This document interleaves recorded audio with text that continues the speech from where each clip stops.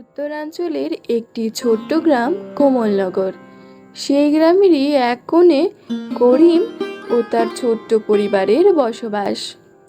করিম মাঠে কাজ করে, তবুও অভাবের তাড়না যেন তার পিছুই ছাড়ে না। 7 বছরের মেয়েটা যে মরণ পথে প্রায়।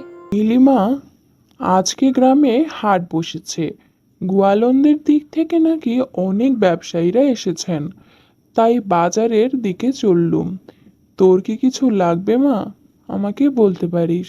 না বাবা, আমার কিচ্ছুটি লাগবে না, কিন্তু তুমি আমার জন্য খেলনা নিয়ে আসতে ভুলবে না। প্রায় 1 মাস ধরে তুই বিছানায় মা। টাকার অভাবে তোর চিকিৎসাটুকু করতে পারছি না। বল মা, তোর কোনো কিছু খেতে ইচ্ছা করছে কিনা? জলটুকু ছাড়া তো কিচ্ছুই মুখে দিচ্ছিস না। তবে শোনো বাবা, আমার জন্য চিংড়ি মাছ এনো, বড় বড় গলদা চিংড়ি সেগুলো। আমার বান্ধবী রিমির অনেক বড় বড় চিংড়ি মাছ খায়, ওর বাবা জমিদার কিনা। আমার ওই চিংড়ি খাওয়া দেখে খুব ইচ্ছে হয় খেতে। চিংড়ি মাছের মালাইকারি খাবো। আমার অসুস্থ মেয়েটা খেতে চেয়েছে, আমি যেখান থেকেই হোক না কেন নিয়ে আসব। কিন্তু ঘরে তো কানাকড়িও নেই, কিভাবে আনবো? গলদা চিংড়ির যে চড়া দাম, দেখি দোকানদার চাচার কাছে যদি কোনো ধার দেনা করতে পারি। সবজি বিক্রি করে সে টাকা উসুল দিয়ে দেবো নে। দোকানি চাচা, ও দোকানি চাচা, মেয়েটা আমার খুব অসুস্থ। 1 মাস থেকে ও জলটুকু ছাড়া কিচ্ছুই খেতে চাইছে না। আজ আমার মেয়েটা মুখ ফুটে গলদা চিংড়ি খেতে চাইছে, কিন্তু এই জানটুকু ছাড়া আমার হাতে যে আর কিচ্ছুই নেই। আমাকে 1,000 টাকা ধার দেবে? তুমি তো আমাকে চেনো সেই ছোট্টবেলা থেকে। তোমার টাকা সময় মতো ফিরিয়ে দেব।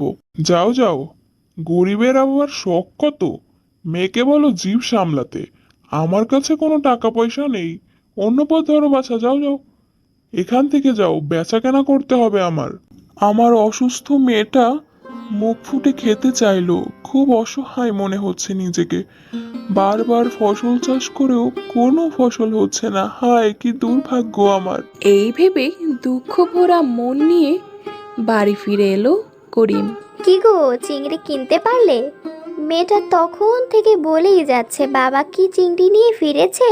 না গো মিলির মা, আমি যে বড়ই অসহায়। মেয়েটার জন্য দোকানি চাচার কাছে গেলাম, কিন্তু সেও আমাকে অপমান করে তাড়িয়ে দিল। থাক থাক, আনতে হবে না, মেয়েটাও আমার ঘুমিয়ে পড়েছে। পরদিন সকালবেলা কই গো মিলির বাবা, দুটো বাসি ভাত আছে, লঙ্কা নুন দিয়ে খেয়ে নাও। আল্লাহই ভালো জানেন এই কষ্ট থেকে কবে মুক্তি পাবো। দেখি আমার জালটা দাও তো। আজকে উত্তর দিকের নদীটাতে জাল ফেলে দেখি, ভাগ্য ভালো হলে মেয়েটার জন্য চিংড়ি পেতেও পারি। এই বলে করিম বেরিয়ে গেল জাল হাতে নিয়ে।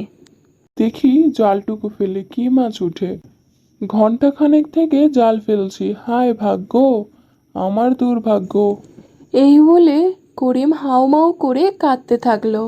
রাস্তায় এক সাধু হেঁটে যাচ্ছিল, তাকে দেখতে পেল, তার দিকে এগিয়ে এসে বলছে, এই যে বাছা, তোমার কাছে কি কোনো খাবার আছে? আমি খুবই ক্ষুধার্ত, পিপাসাও পেয়েছে খুব। আমি খুব অসহায়, তবে বাড়ি থেকে দুটো বাসি রুটি নিয়ে এসেছি, আর অল্প জলও নিয়ে এসেছি। এই নিন, আপনি খেয়ে নিন।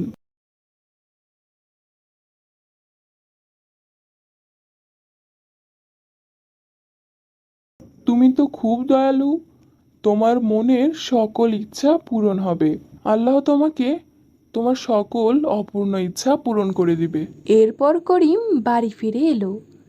তার হাত খালি দেখে বউ বলল, আজও খালি হাতেই ফিরলে?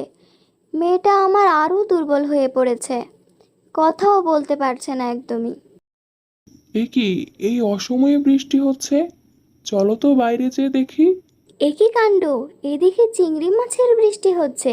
কি দারুণ, সেই অচেনা লোকটির কথাই দেখি সত্যি হলো। এই গিন্নি, তুমি তাড়াতাড়ি যাও, এই চিংড়িগুলো আমার মেয়ের জন্য রান্না করে দাও।